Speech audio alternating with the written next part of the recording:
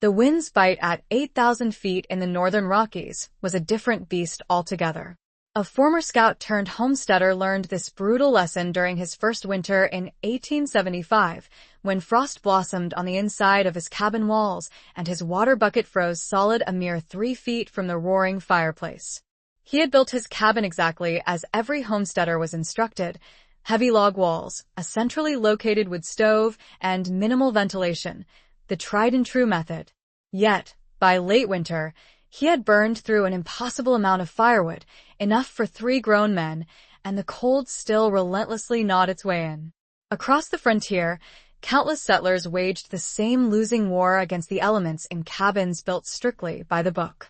Over the course of the following year, this resourceful scout quietly implemented an ingenious underground technique, one that could transform frigid, sub-zero air into a balmy 50 degrees before it even entered his living space. While his neighbors struggled to keep their fires burning with cord after cord of wood, his unique approach maintained a steady, comfortable warmth while using only half the fuel. This video delves into the exact steps behind this remarkable system. What profound understanding of the earth did he possess that every builder should know? The ridge stretched exposed for nearly 20 meters, offering no shelter from the relentless gusts sweeping down from the continental divide. Most homesteaders wisely avoided such exposed locations. But the former fur scout had chosen this specific spot for reasons that were perfectly logical in the autumn months: unobstructed sightlines for hunting, a readily accessible timber supply within walking distance, and a creek that flowed year-round in the gully below. What he hadn't fully accounted for was how the high elevation and constant exposure would transform standard cabin-building wisdom into a potentially lethal trap. By December of 1874, a grim pattern had emerged across every cabin perched on the ridge.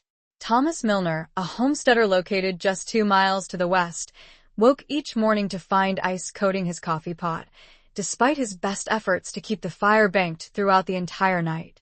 His wife desperately wrapped their infant in every blanket they possessed, yet even then, the child's breath still formed visible clouds in what should have been the warmest corner of their small cabin.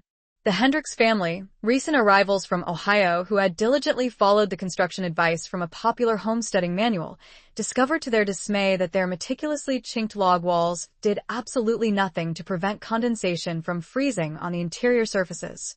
Sarah Hendricks faithfully scraped frost from the inside of her windows every dawn, only to watch the ice crystals reform within a matter of hours. The accepted construction method seemed logical enough on paper. Every settler's guide and experienced neighbor recommended the same basic approach: build using logs harvested from local pine trees, fill the gaps between the logs with a mixture of mud and moss, install a central fireplace or iron stove for heat, and add a single, small vent near the ceiling to allow smoke to escape. The reasoning behind this was sound. Wood was plentiful in the surrounding forests. Fire had been providing warmth to humans for countless millennia. A single opening would efficiently vent smoke without wasting precious heat. And, perhaps most importantly, the system required no specialized materials or complicated construction techniques that frontier families could manage with basic hand tools. Yet, the harsh realities of high-altitude winters brutally exposed every flaw inherent in this conventional wisdom. When January temperatures plummeted to a bone-chilling -25 degrees Fahrenheit, the supposed central heating principle collapsed entirely. Fires that burned hot enough to warm the immediate vicinity around the stove created drastic temperature gradients throughout the rest of the cabin. Floors remained so cold that they numbed feet even through thick, insulated boots.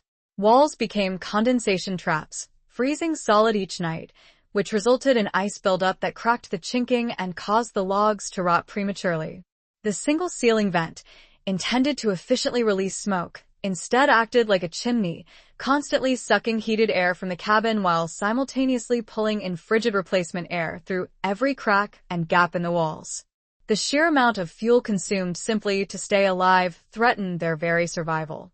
Families who had conservatively calculated needing 1 cord of wood per month quickly found themselves burning nearly a cord each week just to maintain temperatures above freezing. Men spent entire days cutting and hauling timber, leaving them with little to no time for other essential winter tasks like hunting, repairing tools, or maintaining their cabins against the constant freeze-thaw cycles that loosened logs and opened up even more gaps. Some desperate neighbors even began burning their furniture and floorboards to stretch their dwindling wood supply, weakening their shelters in a desperate attempt to stay warm. The scout watched this agonizing pattern repeat itself across the ridge with growing frustration. Unlike his neighbors, he carried with him memories that didn't quite fit the standard frontier narrative. His grandmother had often described the sturdy stone cottages of her childhood in northern Germany, where thick walls provided warmth throughout harsh winters without consuming entire forests' worth of firewood. She spoke of root cellars that never froze, even when snow covered the ground for months on end. More recently, during his years as a trapper, he had found shelter in native earth lodges that felt remarkably comfortable despite their simple construction. These experiences had planted lingering questions in his mind about whether the standard log cabin design was truly the optimal solution for enduring unforgiving mountain winters. When his neighbors began to mock his inquiries about alternative underground building techniques, the scout realized that he would have to prove his unconventional theories on his own. Milner, for one, derisively called him a fool for trying to live like a prairie dog. The local supply agent, who profited handsomely from selling iron stoves and stovepipes to the homesteaders, dismissed all talk of earth-based heating as Indian nonsense that would surely get you killed. Even seasoned builders warned him that any attempt to draw air from underground sources would inevitably fill his cabin with deadly gases or suffocating dampness. But the scout had learned long ago to distrust conventional wisdom, especially after his trapping years. The standard advice for avoiding frostbite, for accurately reading weather signs, and for finding water in arid landscapes had failed him often enough that he had developed his own, more reliable methods through careful observation and practical experimentation. He applied this same skeptical approach to the challenge of cabin heating. If every family on the ridge was essentially burning themselves into poverty while still shivering through the long nights, then perhaps the accepted method was fundamentally flawed.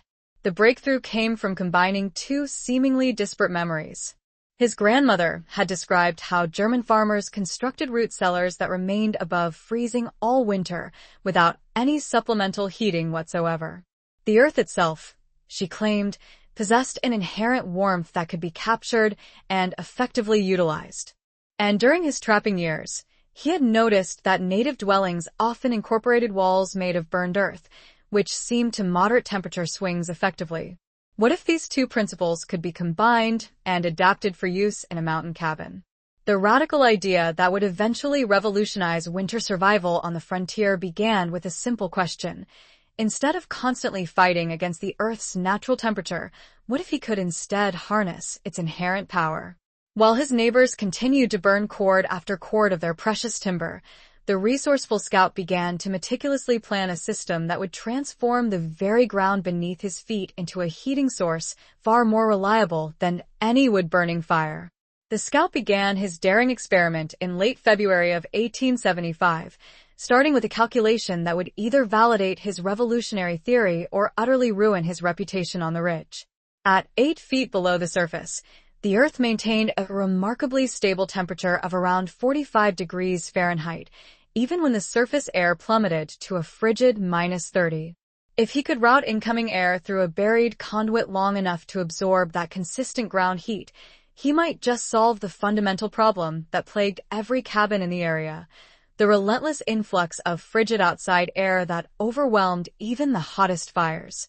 His first significant challenge was acquiring a suitable pipe.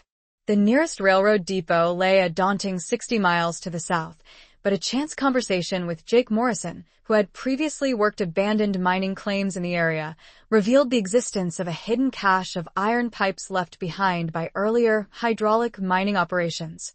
These pipe sections, originally used to channel water for gold extraction, measured 4 inches in diameter and came in 8-foot lengths.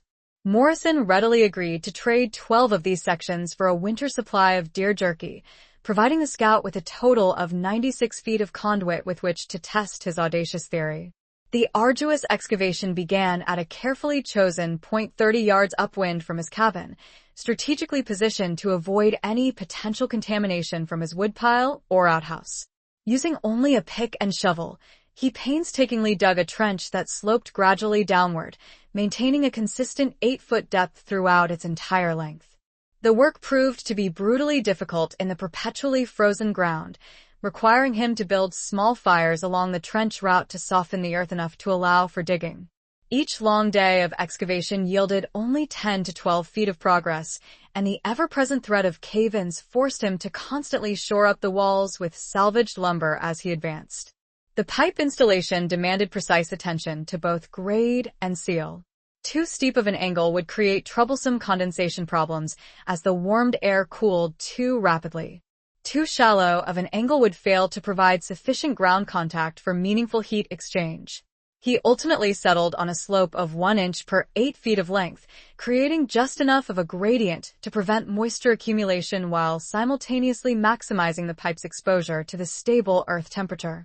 Each joint between the individual pipe sections was meticulously sealed with a carefully prepared mixture of pine pitch and clay, then further reinforced by wrapping it with strips of canvas to prevent any air leaks that could compromise the system's overall efficiency. The intake end, positioned well away from his cabin's wind shadow, featured a simple yet critical innovation. Instead of leaving the pipe opening exposed and vulnerable to collecting snow and debris, he constructed a wooden box that extended 18 inches above ground level. The box contained a series of strategically placed horizontal slats that allowed air to freely enter while effectively deflecting precipitation and blocking larger debris. A hinged lid provided easy access for cleaning during severe weather events. The delivery end of the pipe presented more complex engineering challenges. The pipe terminated in his cabin's crawl space, where it connected to a vertical riser that brought the warmed air up to floor level. This transition point required careful insulation to prevent any heat loss during the final few feet of travel. He wrapped the vertical section with multiple layers of thick wool cloth and secured it inside a custom-built wooden housing that directed the incoming airflow towards the center of his living space. Testing began during a particularly harsh cold snap in early March, when surface temperatures remained stubbornly steady at a bone-chilling -22 degrees Fahrenheit for 5 consecutive nights. The Scout employed a simple but effective method to accurately monitor the system's performance. He suspended a mercury thermometer just inside the buried pipe's entrance and another at the point where the air entered his cabin. The temperature difference between the two thermometers revealed the earth tube's remarkable heating capacity with startling precision. On the very first night, outside air entered the system at -22 degrees, but emerged into his cabin at a surprisingly warm 48 degrees Fahrenheit. This meant a remarkable 70-degree temperature gain occurred entirely without any external energy input, relying solely on the Earth's natural thermal mass. Even more importantly, this pre-warmed intake air completely eliminated the brutal drafts that had plagued his cabin throughout the long winter. Instead of the frigid currents that shocked occupants and overwhelmed his heating system, gentle flows of moderately warm air entered at floor level and mixed naturally with the cabin's existing interior atmosphere. The system's impact on fuel consumption proved to be equally dramatic. During the 5-day test period, the Scout burned only 1.5 cords of wood, compared to the 2.25 cords he had consumed during a similar cold spell in January.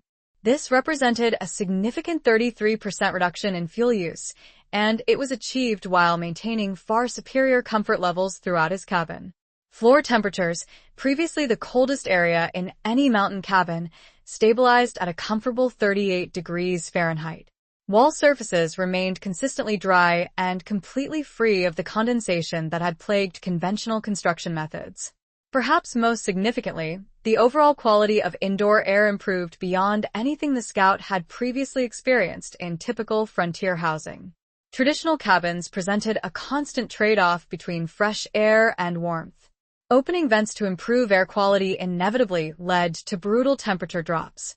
Sealing the cabin tightly to conserve heat resulted in a stale and unhealthy atmosphere.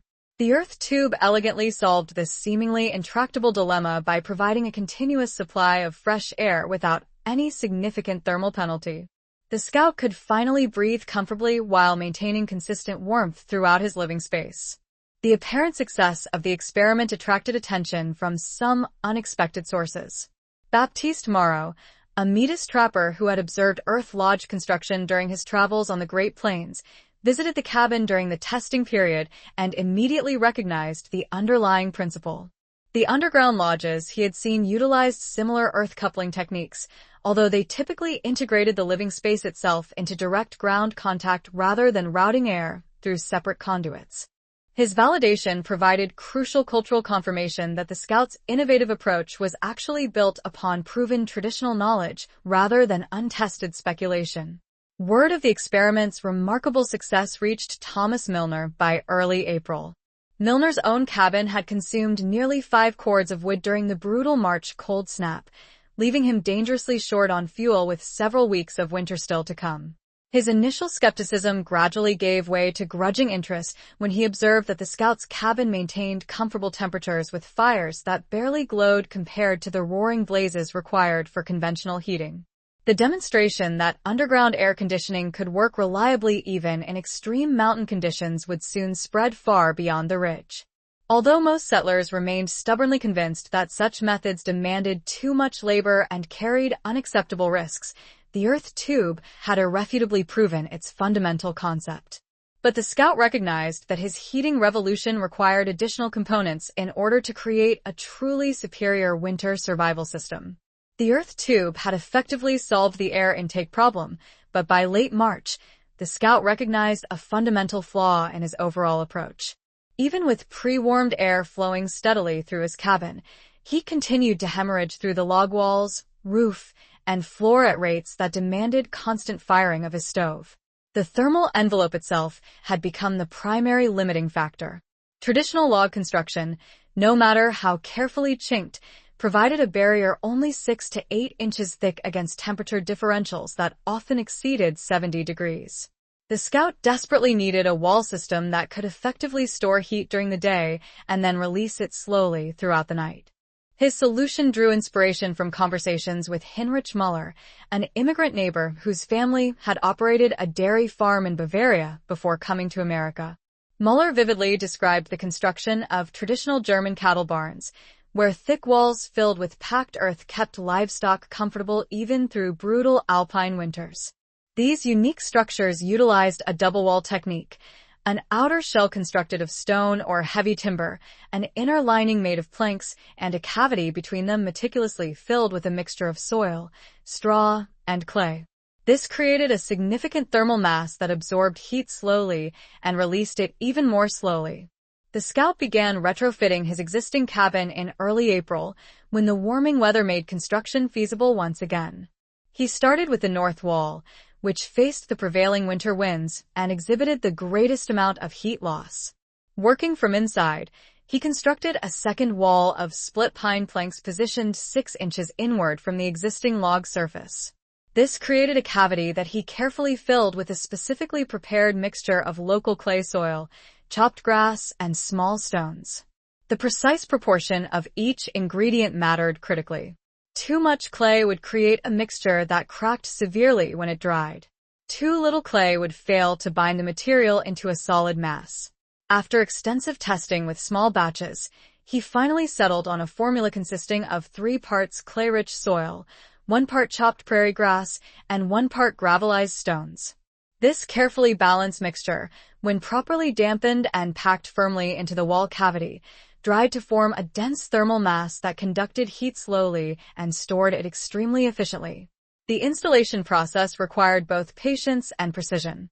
The Scout filled the cavity in horizontal layers, each approximately 8 inches thick, using a wooden tamper to compress the material and eliminate any air pockets that would reduce the overall insulation value. The roof presented even greater challenges.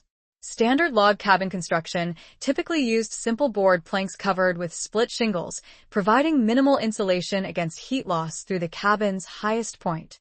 The Scout's innovative solution involved layering the roof with materials that would trap warm air and create a significant thermal mass above the living space. He began by installing a vapor barrier made of pine pitch and canvas over the existing roof boards, and then added 6 inches of the mixed soil, grass, and clay, using the identical formula as his wall construction. The structural demands of this earth roof required significant reinforcement of his existing framework. The added weight of the wet soil threatened to collapse the original roof supports, which had only been designed for snow loads and wood shingles. He installed additional support posts inside his cabin's interior and added diagonal bracing between the existing rafters. This investment in structural upgrades proved to be essential when spring rains saturated the roof soil, creating loads that would have easily crushed a conventional cabin construction. Waterproofing became the most critical aspect of the roof construction. The Scout learned this through painful trial and error, when his first attempt allowed moisture to penetrate the earth layer and drip directly into his living space. His ultimate solution involved multiple redundant barriers. Over the original roof boards, he applied a thick coat of pine pitch mixed with charcoal dust. Above this, he installed a layer of birch bark sheets, with overlapped seams sealed with more pitch. Only then did he add the soil mixture, carefully sloped to drain water towards gutters that he had fashioned from split logs. The floor system required the most innovative approach. Traditional cabin floors typically consisted of split logs or rough planks laid directly over bare ground, creating a massive thermal leak that constantly drew heat downward into the earth. The Scout's thermal mass floor inverted this problematic relationship, effectively using the ground as a heat storage medium rather than a heat sink. He excavated 18 inches of soil from his cabin's interior and installed a foundation of flat stones laid in sand. Over this base, he constructed a floor of clay, sand, and chopped straw mixed to the consistency of thick mortar.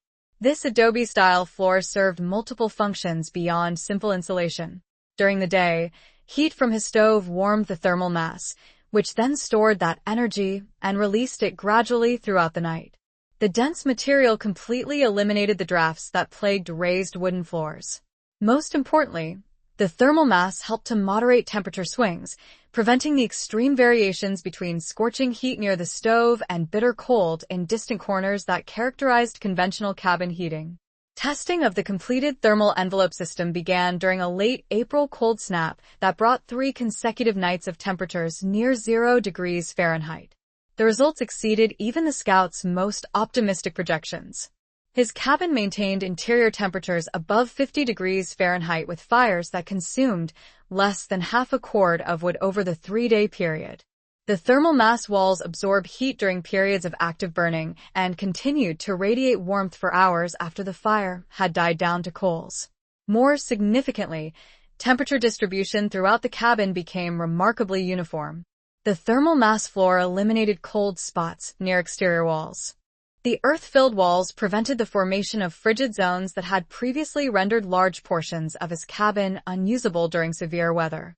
For the first time since arriving on the ridge, the Scout could walk barefoot on his floor throughout the night without experiencing numbness or discomfort. The system's performance during the transition to summer weather revealed an unexpected benefit. The thermal mass that had stored heat during the winter now absorbed excess warmth during hot days and released it during cool nights. His cabin remained remarkably comfortable while neighbors sweltered in structures that trapped daytime heat and then radiated it back to occupants throughout the night. The very same thermal envelope that had solved the winter heating problems proved equally valuable for summer cooling.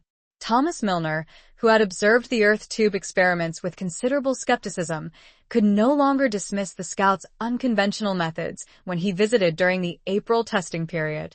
The comfortable temperature, clean air, and obvious fuel savings provided undeniable evidence that earth-based construction could significantly outperform traditional techniques. Yet, Milner remained reluctant to commit the labor and materials required for such extensive modifications to his own cabin, preferring to endure known problems rather than risk unknown complications from untested methods. The thermal envelope had undeniably proven its effectiveness, but the Scout recognized that proper moisture management would ultimately determine whether his innovations could survive the coming spring thaw and summer storms. The Scout's first spring with his modified cabin revealed a critical problem that threatened to undo everything he had accomplished. As the snow began to melt rapidly in early May of 1875, water penetrated the earth-filled walls and seeped beneath his thermal mass floor, turning his carefully crafted insulation into sodden clay that lost its inherent heating properties and began to smell of rot. The moisture trapped inside his sealed cabin created condensation that dripped from the ceiling and formed puddles that never seemed to dry. The very thermal mass that had saved him through the winter now threatened to become a breeding ground for mold and structural decay. This looming crisis forced him to understand that proper ventilation was far more than simply air exchange. His earth tube effectively brought fresh air into the cabin, but it provided no reliable mechanism for effectively removing the moisture-laden air that accumulated from cooking, breathing, and the natural humidity released by drying clothes and melting snow trapped indoors. Traditional cabins relied on their numerous gaps and poorly fitted doors to provide this crucial exhaust function. But his carefully sealed thermal envelope trapped humid air with dangerous efficiency. His ultimate solution came from observing the unique design of Native American earth lodges during a trading visit to an abandoned settlement along the Missouri River.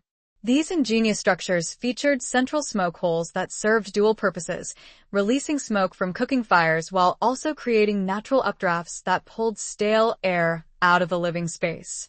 The key insight was that warm, moisture-laden air naturally rises, and it can be effectively captured and expelled without any mechanical assistance, provided it is given the appropriate pathway. The scout designed his passive exhaust system around a vertical stack that extended from his cabin's interior through the roof and 18 inches above the highest point. He constructed this makeshift chimney using salvaged stovepipe sections sealed with the same pine pitch and clay mixture that he had perfected for other crucial joints. The critical innovation was the stack's interior diameter of 6 inches, significantly larger than typical stovepipes. This allowed it to move a substantial volume of air without creating any back pressure that would interfere with his heating system. The bottom of the exhaust stack connected to a collection chamber strategically positioned at ceiling level in the very center of the cabin.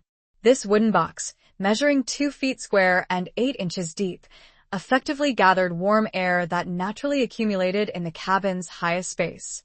Slots cut into the chamber's sides allowed air to enter from all directions, while a single opening at the bottom connected to the vertical stack. The design created a gentle but constant updraft that efficiently pulled moisture and stale air from throughout the cabin without creating any harsh drafts that would compromise his heating efficiency. Testing the passive exhaust system required careful attention to balance. Too much airflow would waste the precious heat generated by his thermal mass system. Too little airflow would fail to adequately control humidity and air quality. The Scout experimented with dampers made from thin wooden plates that could partially block the stack opening during extremely cold weather and then be opened fully during milder conditions. When moisture control became more important than heat conservation, the results proved immediately obvious. Within just days of installing the exhaust stack, the bothersome condensation on his windows disappeared. The musty odors that had started to develop in his earth-filled walls faded as dry air circulated through the thermal mass materials. Most importantly, the humidity levels dropped to comfortable ranges that prevented the further mold growth that had begun to threaten his entire insulation system. But the spring runoff still presented an even more serious challenge to his earth-based construction. As 3 feet of accumulated snow melted rapidly during unseasonably warm weather in late May, water flowed directly against his cabin's foundation and seeped into the thermal mass walls from ground level. The earth fill that had performed so admirably in the dry winter conditions became waterlogged and began slumping away from the inner wall planks, creating gaps that eliminated the insulation value and threatened the cabin's structural integrity. The Scout's decisive response involved elevating his entire cabin above the immediate flood zone, employing techniques he had learned from Heinrich Miller's detailed descriptions of European farm buildings constructed in wet climates. Working frantically as the spring runoff continued unabated, he excavated around his cabin's perimeter and installed a foundation skirt of flat stones laid in mortar made from local clay and sand. This raised base lifted his cabin floor 8 inches above the surrounding grade, preventing direct contact between ground moisture and his thermal mass construction. The stone foundation served multiple functions beyond simple elevation. Its mass provided additional thermal storage that further enhanced his floor heating system. The mortar joints, when properly sealed, created an effective moisture barrier that prevented capillary action from drawing groundwater up into his earth-filled walls. Most critically, the elevated foundation created a crucial airspace beneath his cabin. This allowed for natural evaporation of moisture, preventing it from accumulating and potentially damaging the structural components of the building. To complete his comprehensive water management strategy, he needed to address the issue of runoff from his earth roof. During the spring thaw, the roof became saturated, posing a threat of thousands of gallons of water cascading directly onto the foundation. The resourceful scout devised a gutter system using split logs, carefully shaped into half-round channels and meticulously sealed with pine pitch. These gutters were connected to downspouts fashioned from sections of his remaining iron pipe, effectively channeling the roof runoff away from the cabin and directing it to designated collection points located 30 feet away. Installing the downspouts presented unique challenges, primarily because the earth roof couldn't bear the weight of conventional gutter hangers. To overcome this obstacle, he ingeniously constructed wooden brackets that distributed the load across multiple roof rafters, thus preventing concentrated stress that could potentially compromise the waterproofing layers. Moreover, these brackets allowed for seasonal adjustments to the gutters, ensuring they maintained the proper slope as the earth roof gradually settled and shifted due to changes in moisture content. To finalize his drainage system, the scout excavated shallow trenches around the cabin, strategically positioned to intercept surface water and redirect it toward natural drainage channels in the surrounding terrain. These trenches, carefully lined with stones to prevent erosion, created a protective perimeter that effectively prevented spring runoff from pooling against the foundation or seeping into the thermal mass walls.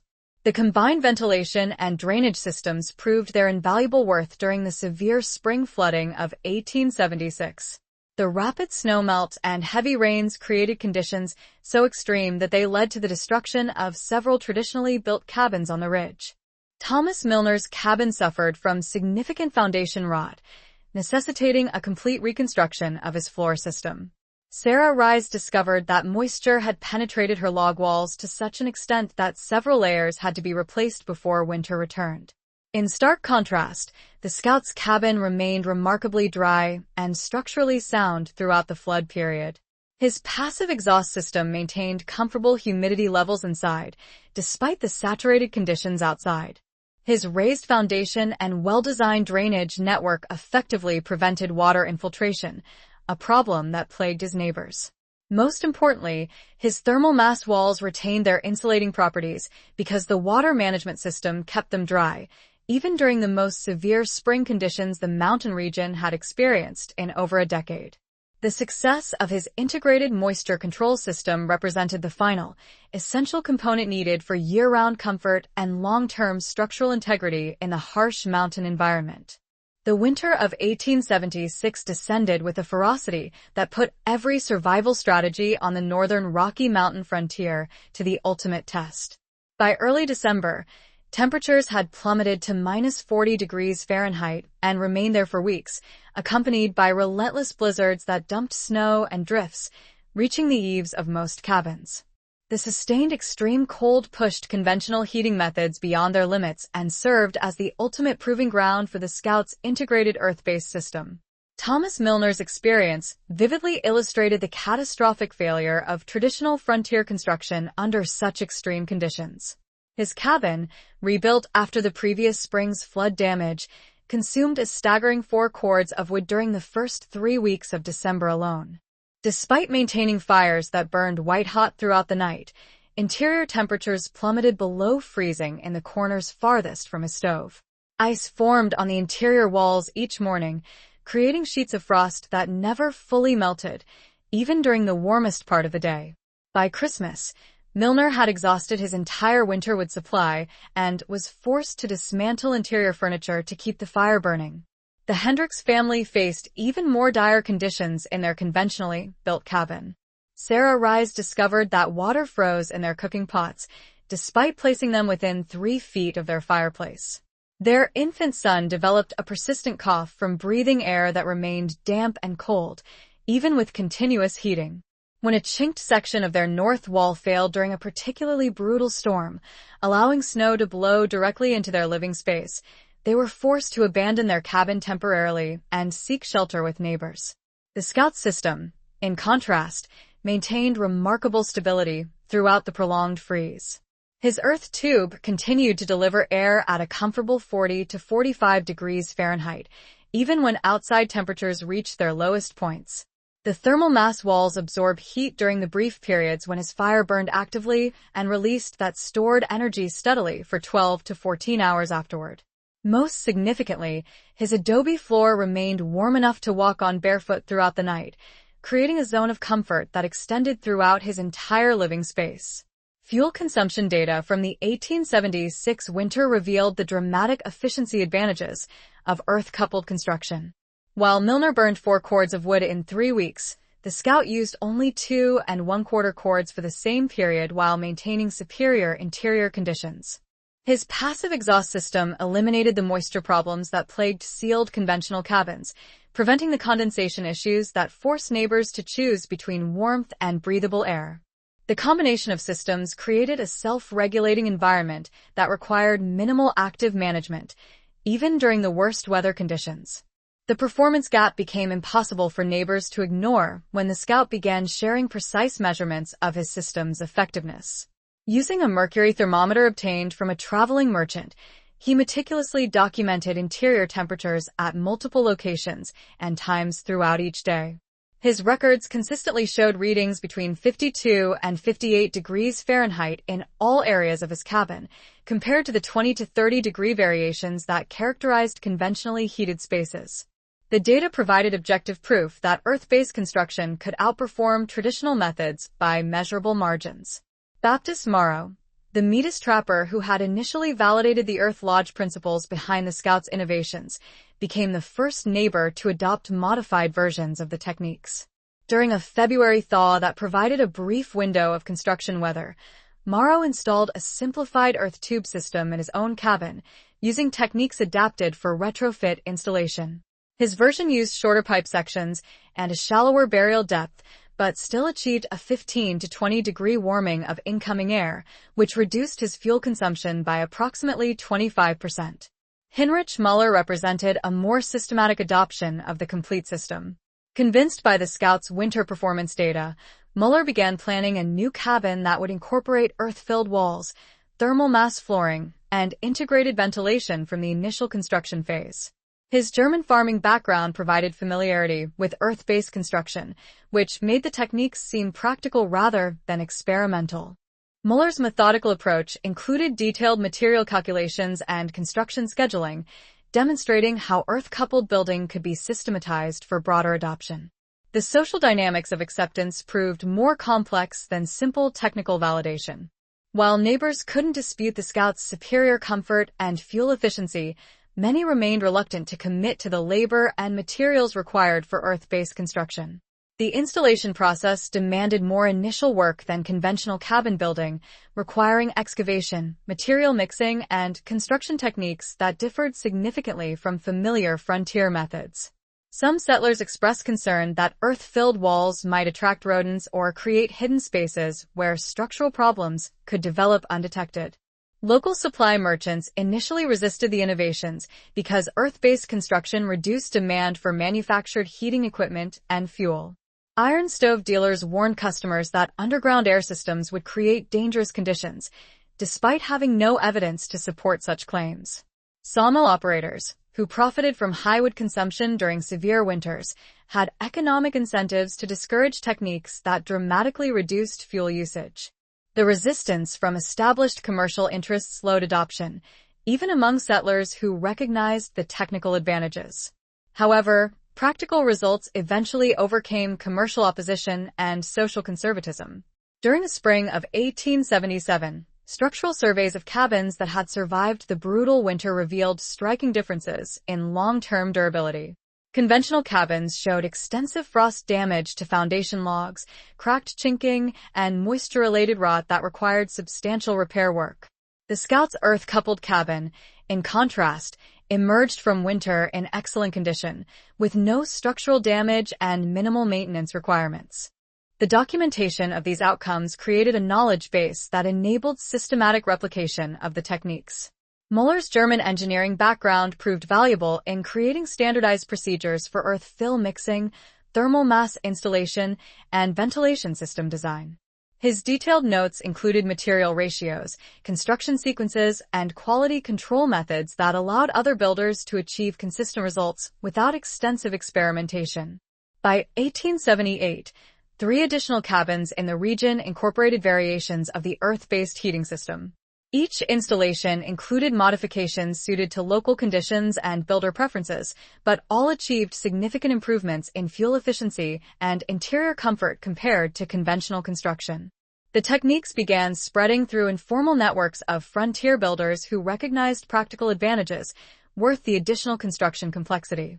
The long-term legacy of the Scout's innovations extended far beyond immediate fuel savings or comfort improvements. His integration of traditional knowledge from multiple cultural sources demonstrated how frontier survival could benefit from the systematic application of proven principles rather than blind adherence to conventional wisdom. The earth-coupled heating techniques he developed would eventually influence sustainable building practices that remained relevant more than a century later.